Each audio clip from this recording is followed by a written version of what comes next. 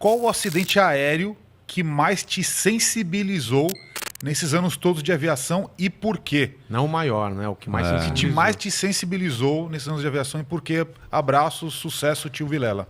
Rodrigo Zanelato. Valeu, Rodrigo. Valeu. São 2 acidentes. Um eu consegui contar no canal, que foi o acidente do Fokker 100 da TAM, decolando de Congonhas. E eu engasguei várias vezes, eu tive que parar às vezes, porque, sabe quando você tá fazendo um vídeo e você começa a chorar, você fala, não, eu tô contando a história, tem que...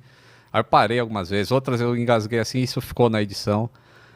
Esse acidente é muito difícil de contar, porque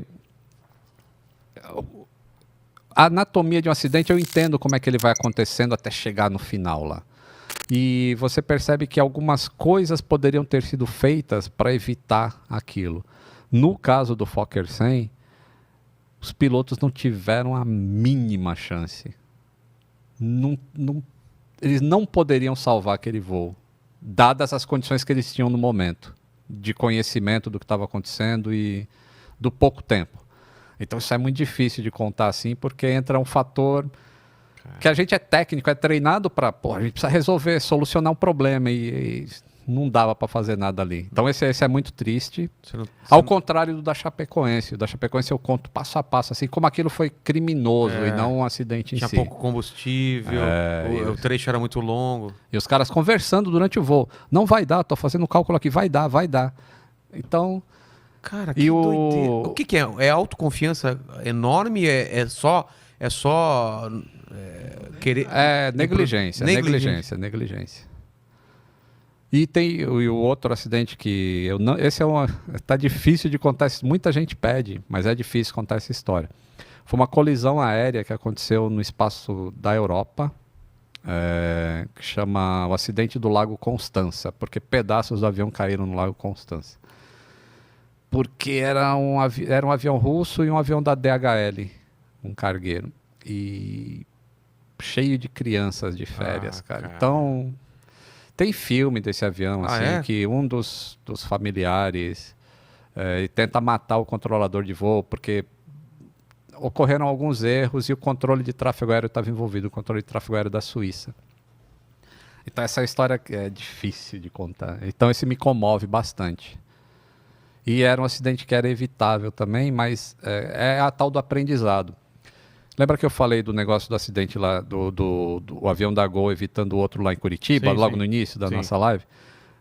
Aquele é um sistema, mesmo que o controlador de tráfego aéreo não tivesse pedido a arremetida, o avião agora a bordo ele tem um detector de invasão dessa bolha de segurança. Então o piloto ia ser avisado que tinha tráfego, ia dar um comando para o avião arremeter, mesmo sem controlador. Mesmo com neblina. Mesmo no escuro, mesmo sem enxergar nada. E nessa época desse acidente do Lago Constança, já existia esse equipamento, que chama Sistema de Anticolisão em Voo, Traffic Collision Alert System. Não é sede não, é que eu ri e engasguei e fiquei sem voz. Ainda não estava muito bem definido de quem era a prioridade de tomar decisão. Então, o controle de tráfego aéreo era muito importante. E o sistema do avião, quando identificou que os aviões iam colidir, eles deram informação para o piloto.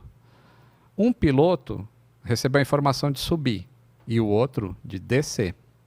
Mas o controlador de tráfego aéreo tinha pedido para esse avião que recebeu a informação de subir descer. E do outro que era de descer, subir. E nesse negócio, assim, eles seguiram a informação do controlador de tráfego aéreo e segundos preciosos foram perdidos e que ocorreu a colisão. Hoje em dia, isso já está definido. Assim, o alarme falou que é para fazer isso, faça. Independente do que o controle de tráfego aéreo... Então, esse é um acidente difícil. E não tem alguma regra também de quem vira para a esquerda, quem vira para a direita, um negócio assim? Se tiver tem, de frente tem. Como os dois viram para a direita. Ah, é? É regra... É regra. E mas sobe ou não?